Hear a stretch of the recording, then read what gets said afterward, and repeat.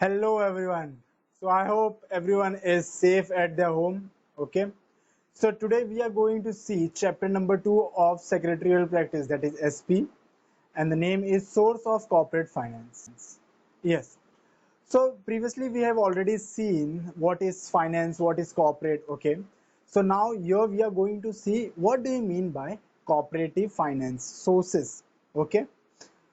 So, when you start a business, you have various options to get your business funds, okay, which is known as capital as per the business term. Because in layman's language, it may be a finance, it may be a money, but when it comes to a business, it becomes capital. Yes.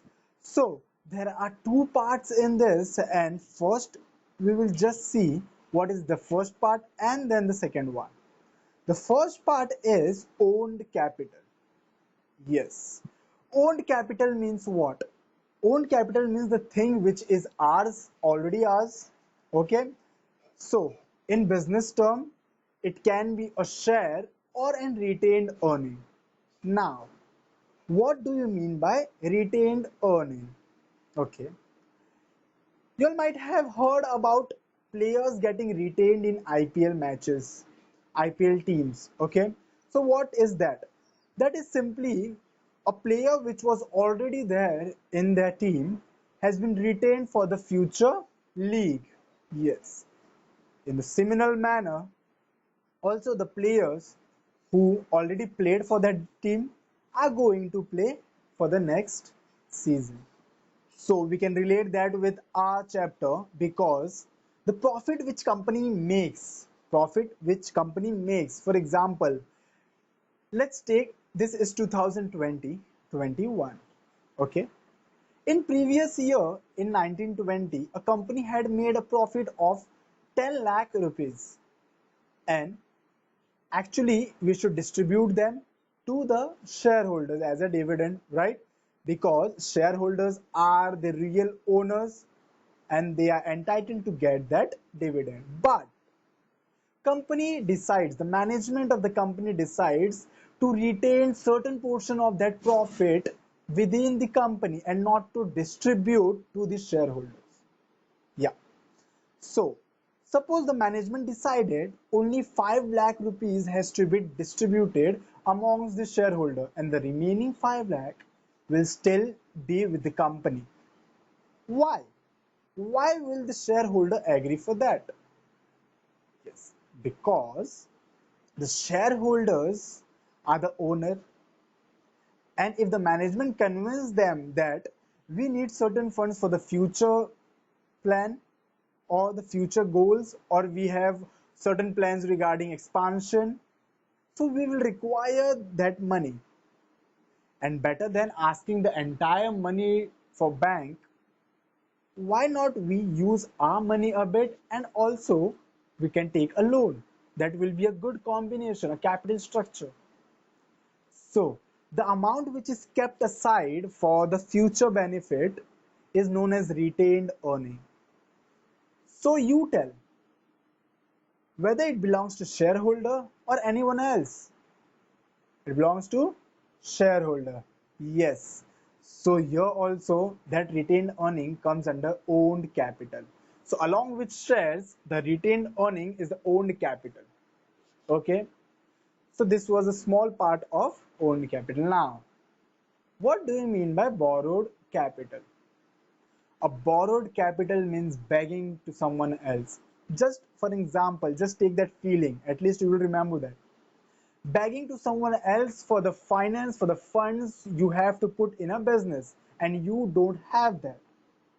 So you will ask for bank to provide a loan, or maybe you will issue a debenture, or you will accept a public deposit, okay, and many other. So here we can see the borrowed capital is taken from outsiders. That's why it is external source of finance, whereas the shares and the retained earning are the part of the organization of the shareholder, and it will be within the organization, and therefore it is known as internal finance. Everyone got that? Okay. Let's move further. Even in owned capital, there is two parts. Let's take there are two brothers, owned capital and borrowed capital. Okay. Now, in owned capital, he has two children. First is shares, second is retained earning. Okay. Now, in shares, he has two children, that is grandchildren of owned capital, and that is equity shares and preference shares. The chart has been highlighted over here. You can clearly see how it works. And in case of borrowed capital, you can see there are certain numbers of certain various examples for that, and we will discuss it later. It is very clear for you? Good. Let's move further. Okay. So now we will discuss what does shareholders get. Shareholders get the dividend. Also, they get the right to ask for statutory book, inspect the statutory book of the company. Yes. What is statutory book? Statutory book is not a different kind of book. It is a balance sheet, profit and loss account, auditor's report, etc., which is related to the company for that year. Now you will say, sir, is really shareholder entitled for that? Yes, because shareholders are the ultimate owner of the company and they have every right to see where their money has been spent, whether the company is doing right or wrong, whether the company is in the proper path or not. Okay, so the other rights of them are to attend the meeting. The same way, in case you attend the meeting, have you ever attended a meeting of your society? Because you are member of the society, you are eligible to go there, you are eligible to sit and keep your point of view. Similarly, in company also, if you are putting your money in that company, it is your right to sit in the meeting and also to vote. Yes, for any discussion, there is a voting procedure in the company and you have to follow that. You have the right to vote also. So there are four things you can see as a right. First is dividend. Okay. Second is to inspect statutory books. Okay. Don't get afraid by the statutory word. It just, you can say balance sheet, P&L, auditor's report, cash flow statement. Okay. Then the third one is right to attend the meeting, and fourth one is to vote in the meeting.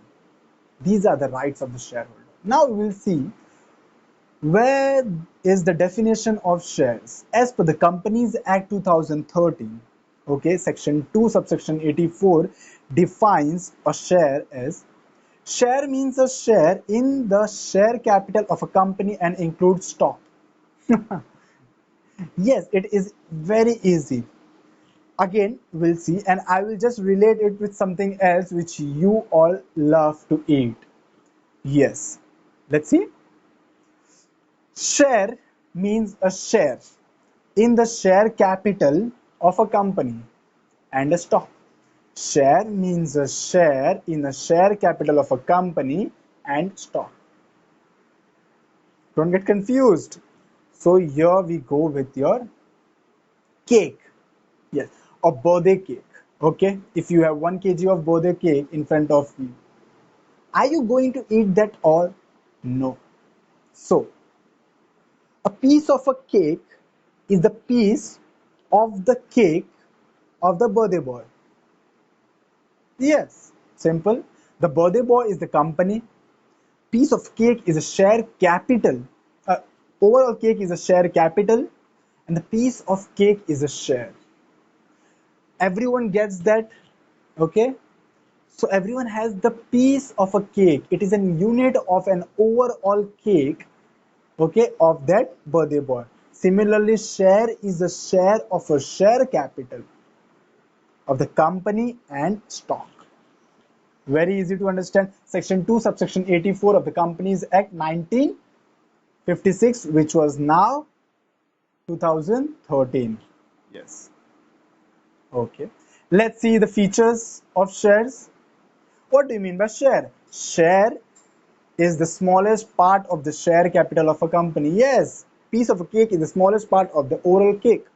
Share is the smallest part of the share capital of the company. Okay, moving forward, ownership. The owner of the share is called shareholder. Very simple. The owner of the share is called shareholder. Sorry.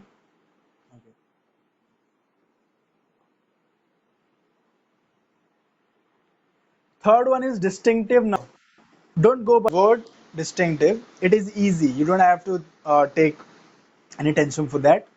Distinctive means different than everyone. Okay. Let's take example of your roll number in the class. Everyone gets roll number and that is unique from other one within the class. In a similar manner, everyone, every shareholders get distinct number on the shares. Yes. Now, if you actually trade in share or someone of your relative trades in share or a friend, you will not find this thing because this concept is when the shares were traded physically. There was a share certificate. Now in dematerialization form, it is not the same. The share certificate is not issued, okay, but there is a ownership in that also. So distinctive number is just a roll number of the shares, okay. Now further we can see evidence of title. What do you mean by evidence of title? For example, when you purchase a house, you have the agreement of that house, yes, so that is the title of ownership. In a similar manner, when you purchase shares, you have share certificate that is issued by the company. Yeah, that is the evidence of title in this case. Further, value of share. There are three values of share. We have to understand it very clearly at this point of time because this is very much important in the further education.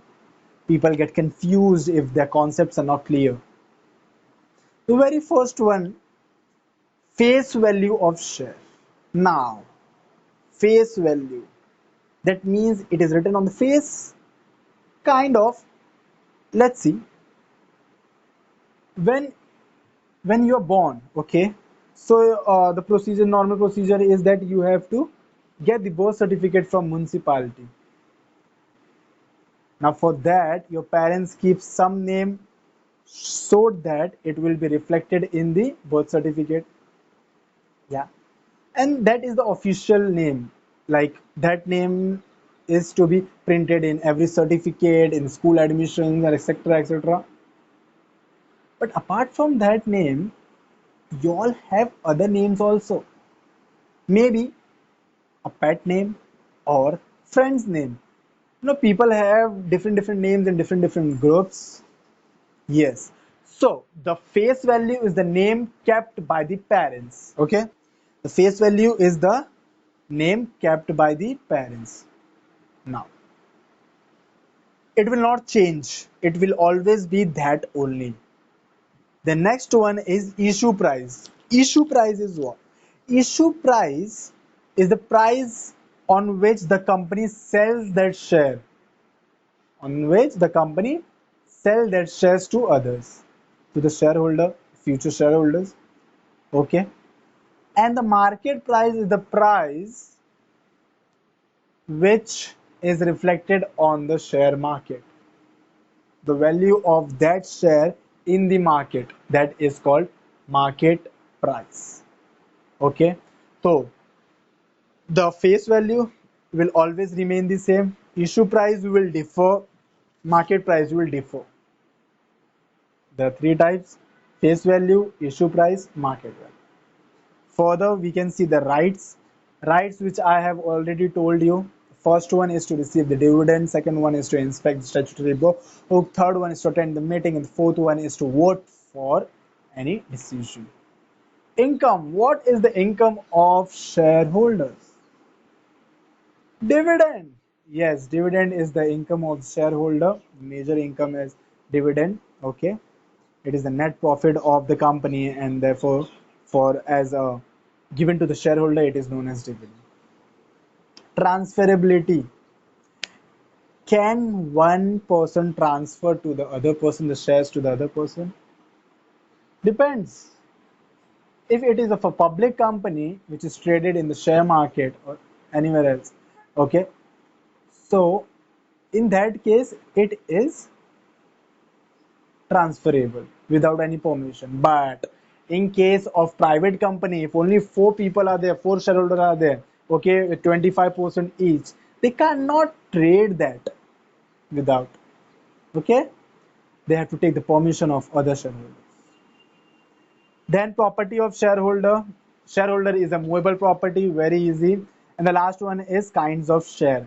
There are two kinds of share, equity share, preference share. Within equity share, there are two types, okay, with voting right, with differential right. And in preference shares, there are 8. That is cumulative preference share, non-cumulative preference share, participating preference share, non-participating preference share, convertible preference share, non-convertible preference shares, redeemable preference shares, non-redeemable preference shares. Okay, these are the shares.